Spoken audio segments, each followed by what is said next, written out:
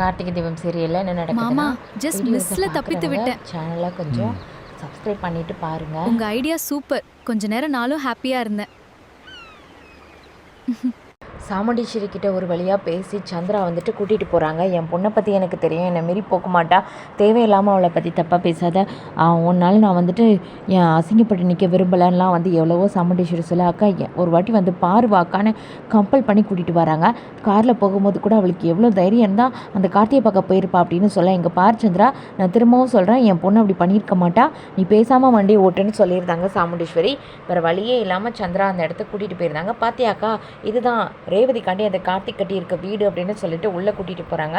உள்ளே போயிட்டு நான் கூப்பிடுறேங்கான்னு சொல்லிட்டு காலிங் பெல் அடிக்கிறாங்க. சந்திரா தான் கதவே திறக்கல. பாத்தியாக்கா கதவை திறக்கிறானான்னு பாரு அப்படின்னு சொல்லிட்டு இருக்காங்க.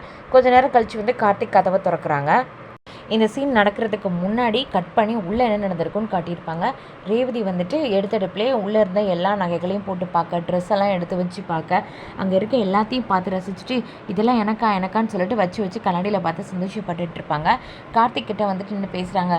மாமா எனக்காண்டி இவ்வளோ வாங்கி வச்சுருக்கீங்க அப்படின்லாம் கேட்குறாங்க. இதெல்லாம் எனக்கு தானான்னு கேட்க, உனக்கு தான் பிடிச்சிருக்கான்னு கேட்க, எப்படி மாமா பிடிக்காமல் இருக்கும், எல்லாமே ஏன் பாட்டுனா தான் இருந்துகிட்ருக்குங்கிறாங்க.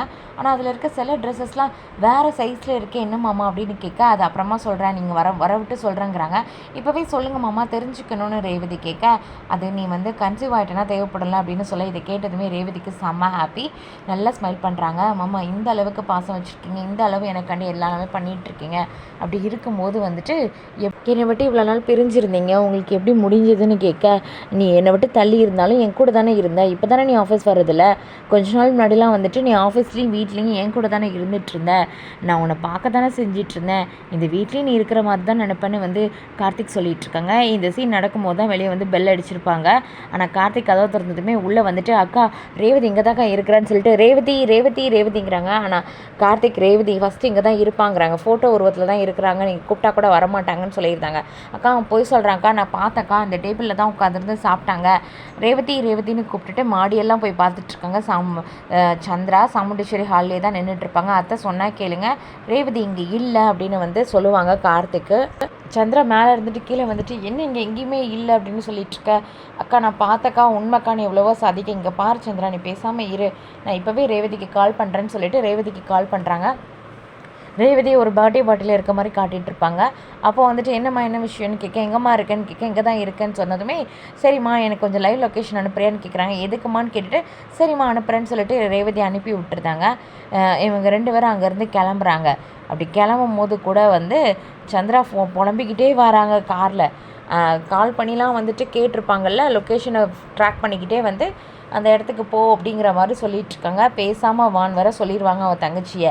நம்பவே மாட்டேக்காங்க. உன்னை நம்பி அந்த கார்த்திக் முன்னாடி நான் அசிங்கப்பட்டுட்டேன், அது கூட பிரச்சனை இல்லை, என் பொண்ணு நான் என்ன சொன்னாலும் அப்படியே கேட்பா, அவளுக்கு பிடிக்கலனாலும் அப்படியே கேட்பா, விஷயம் தெரிஞ்சிருந்தாலும் அவள் டேரெக்டாக என்னை வந்து பார்த்து தான் கேள்வி கேட்பா, கல்யாணத்தை பற்றிலாம் இப்படிலாம் வந்து இருக்க மாட்டா, என் பொண்ணு என்னை ஏமாற்ற மாட்டாங்கிறாங்க. ரேவதி இங்கே இல்லைங்கிறது எனக்கு தெரியும் அப்படின்னு கார்த்திக்கிட்ட ஏற்கனவே பேசியிருப்பாங்க. ஆனால் நீ எனக்கு கொடுத்த சத்தியத்தை மறந்துடாதன்னு கேட்க, நான் வாக்கு மீற மாட்டேன்னு கார்த்திக்கும் சொல்லியிருப்பாங்க. ஒரு வேளை கல்யாணம் ஆனதை சொல்லியிருப்பானோங்கிற மாதிரி கேட்டு வாங்கியிருப்பாங்க. ரேவதி இருக்க இடத்துக்கும் வந்திருந்தாங்க. உள்ளே பார்த்தா ரேவதி அவங்க ஃப்ரெண்டு கூட பர்த்டே கேக் கட் பண்ணிகிட்ருக்காங்க. இதை வெளியே நின்று பார்த்துட்ருக்காங்க. பாத்தியா சந்திரான்னு சொல்லிட்டுருக்கா. அக்கா அவன் நடிக்கிறாக்கா, இது ஏதோ பிளான் பண்ணியிருக்காங்கன்னு சொல்லிட்டுருக்கா, நீ பேசாமல் இருன்னு சொல்லும்போது இவங்கள வந்துட்டு ரேவதி பார்த்துட்டு கிட்டே வந்திருந்தாங்க. ரேவதி ஃப்ரெண்டு வந்துட்டு உள்ளே கூட்டிகிட்டு போகிறாங்க. உள்ளே போயிட்டு வந்து காலெல்லாம் விழுந்து ஆசீர்வாதம் வாங்கிக்கிறாங்க ரேவதி ஃப்ரெண்டு.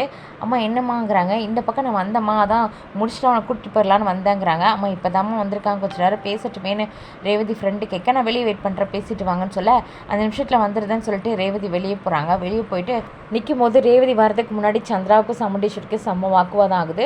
அக்கா இவங்கெல்லாம் போய் சொல்கிறாங்க, என்னை நம்புக்கான்னு எவ்வளவோ சொல்ல பார்க்க, இங்கே பார் சந்திரா இனிமேல் என் பொண்ணை பற்றி பேசாத, ஏன் இப்படிலாம் பண்ணிகிட்ருக்க, நீ சொல்கிறதெல்லாம் கேட்டு நான் ஏதாவது பிரச்சனையில் தான் மாட்டுறேன், ஏற்கனவே இருக்கிற குழப்பம்லாம் போதும், என் பொண்ணு என் பேச்சு தான் கேட்டுட்ருக்கா, நானே இப்போ தான் அவளை கார்த்திக் விட்டு கொஞ்சம் கொஞ்சமாக மறக்கடிச்சிட்ருக்கேன், என் பேச்சு கேட்டு கார்த்திக் வந்து ஒதுங்கிட்டான், என் பொண்ணும் கார்த்திக் மேலே கோவமாக தான் இருந்துகிட்ருக்கா, அப்படி இருக்கும்போது இப்படி எப்படி நடக்கும், என் பொண்ணு என்கிட்டலாம் மறைக்கலாம் மாட்டா, தயவு செஞ்சு சும்மா இருங்கிறாங்க. நான் சொல்கிறத நம்ப மாட்டீங்களாக்கான்னு கேட்க, நம்ப மாட்டேன், இனிமேல் என்ன சொன்னாலும் என் பொண்ணை பற்றி எனக்கு தெரியும், நான் கார்த்திகை விட்டு அவளை மறக்கடிச்சு என் வழிக்கு கொண்டு வந்துட்டுருக்கேன், கெடுத்துறாதுன்னு பேசிகிட்டு இருக்கும்போது ரேவதி வெளியே வந்துடுவாங்க.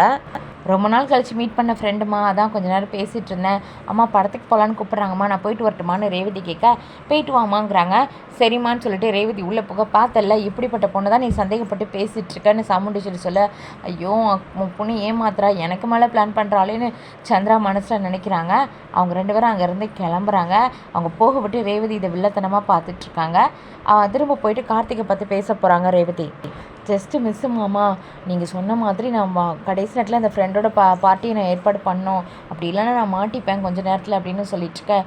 உங்கள் சித்தி கண்டுபிடிச்சிருக்காங்கன்னா எந்த அளவுக்கு நீ ரியாக்ட் பண்ணியிருக்கேன்னு பாருன்னு சொல்லிட்டுருக்க. கொஞ்சம் ஓவராக தான் பண்ணிட்டணும்னு ரேவதி கேட்க, பார்த்தா தெரியலையான்னு கேட்டதுமே வந்து சிரிச்சிக்கிறாங்க. இனிமேல் கொஞ்சம் கண்ட்ரோலாக இருந்துக்கிறேன், எனக்குனால நமக்கு கல்யாணம் ஆனது வெளியே தெரிய தானே போது, நான் எனக்கு எல்லா விஷயமும் தெரிஞ்சுட்டு போட்டுங்கிற மாதிரி சொல்ல, நம்மளாம் சொல்கிறது வேற, அவங்களா தெரிஞ்சுக்கிறது வேற, அதுவும் நம்ம ஆப்போசிட் கும்பல் தெரிஞ்சுக்கிறது வேற. உன் சித்தி ரொம்ப பொல்லாதவங்க, உனக்கு அவங்கள பற்றி தெரியாது, அவங்க ரொம்ப மோசமானவங்கிற விஷயத்த கார்த்திக் திரும்ப திரும்ப அழுத்தமாக சொல்லிட்டுருக்க. எனக்கு என்னமோ இப்போ தான் ரொம்ப பயமாக இருக்கு மாமா அப்படின்னு ரேவதி சொல்லிட்டுருக்காங்க. சரி இந்த மாதிரி அடிக்கடி மீட் பண்ண வேண்டாம், வேணா ஃபோன்லேயே பேசிக்கலாம், நம்ம மாட்டிக்க கூடாதுன்னு கார்த்திக் சொல்ல, இல்லை மாமா நம்ம மீட் பண்ணிக்கலாம், நான் ரொம்ப இதாக வெளிக்காட்டிக்க மாட்டேன் அப்படின்னு ரேவதி சொல்லிவிட்டு அங்கேருந்து கிளம்புறாங்க. வீட்டில் எல்லோரும் ஹாலில் நின்றுட்டுருக்க. ரேவதி ரொம்ப ஹாப்பியாக உள்ள வர, என்னடி என்ன நேற்றெல்லாம் வந்துட்டு நேரமே போகலன்னு சொல்லிட்டு இருந்தேன், இன்றைக்கி எப்படி போச்சு உன் நேரம் அப்படின்னு வந்துட்டு ரோஹிணி கேட்க, அக்கா ரொம்ப ஹாப்பியாக போச்சுக்கா, சூப்பராக இருந்தது, ரொம்ப நாள் கழிச்சு என் ஃப்ரெண்டு கூட நான் ஹாப்பியாக இருந்தேன்னு சொல்லிட்டுருக்கேன். இதெல்லாம் பார்த்துட்ருக்க சந்திரா உருன்னு பார்க்குறாங்க. ஆடுடி ஆடு, நான் எது வரைக்கும் நீ ஆடுற நான் பார்க்குறேங்கிற மாதிரி மனசில் நினைக்கிறதோட எபிசோட் வந்து முடியுது. வீடியோஸை பார்க்குறவங்க சப்ஸ்கிரைப் பண்ணிக்கோங்க.